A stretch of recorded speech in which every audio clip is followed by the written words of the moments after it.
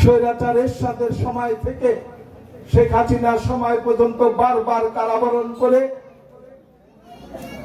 নিজের জীবনের সকল কিছু তছনছ করে আজকে আমি বিএনপির পতাকা তলে সমবেত হয়ে এখনো বিএনপির পতাকা তলে রয়েছি।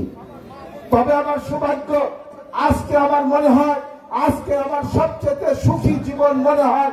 আমার মনে হয় আমার জীবনে আল্লাহর উপর ভরসা রেখে আমি বলতে চাই যে আজকে আমার চাইতে ভালো, আমার চাইতে সুখী, আমার চাইতে নিরাপদ জীবন হয়তো আর কারো নেই। কারণ এই মানিকগঞ্জ উপজেলার বিশেষ করে গৃহদলপর্ষীভাবে প্রতিটি মানুষ, আমার মা বোনেরা, কৃষকরা, শ্রমিকরা, রিক্সাওয়ালারা, বিএনপির নেতা কর্মীরা এত এত ভালোবাসা আপনারা দিয়েছেন যা আমি জীবনেও এই জিনিস করতে পারবো না। এই ভালোবাসা, এই কাছের মানুষ ভাবা, আমাকে আপন করে নেওয়া আমি দেখেছি, আমি জানি এখানে অনেক লোক রয়েছেন, আমার এই সারিতে যারা রয়েছেন। গত 3 তারিখে বাংলাদেশ জাতীয়তাবাদী দলের বাংলাদেশের কিছু মনোনয়নের তার প্রার্থীদের নাম ঘোষণা করা হয়েছে। সেখানে মানিকগঞ্জ 1 আসনের প্রার্থী হিসাবে আমাকে আপনারা এবং মানিকগঞ্জের আপামর জনগণ ভেবেছিল আমার নামটি আসবে। যে কোনো কারণেই হোক 3 তারিখে আজ মানিকগঞ্জ 1 আসনের প্রার্থী ঘোষণাটা স্থগিত রাখা হয়েছে। বিশ্বাস করবেন না, এই 3টি উপজেলার অগণিত মানুষ, শত শত মানুষ আমাকে ফোন করে কান্নায় ভেঙে পড়েছে। কেন তাদের এই চাওয়া পাওয়াটা পূর্ণ হলো না? আমি আজকের এই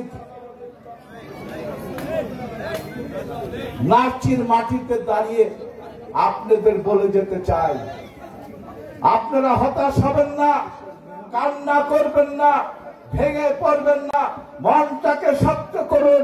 15 বছর আমাদের নেতা তারেক রহমানের নেতৃত্বে যেমনি আমরা নিজের জীবনকে বিসর্জন দিয়ে এই বাংলার মাটিকে আবার স্বাধীনতার স্বাদ দিয়েছি, এই বাংলার প্রতিটি নাগরিককে ভোটের অধিকার ফিরিয়ে দিয়েছি।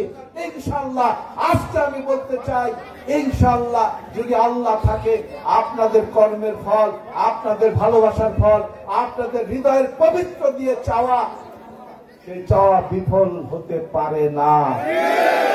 আগামী 2-1 দিনের মধ্যেই আপনারা আপনাদের কাঙ্ক্ষিত সেই কান্নার অবসান হবে, আপনাদের সেই কষ্টের অবসান হবে। আমি সেই কথাটা বলে আল্লাহর উপর ভরসা রেখে আমি আপনাদের কাছ থেকে আজকে বিদায় নিতে চাই।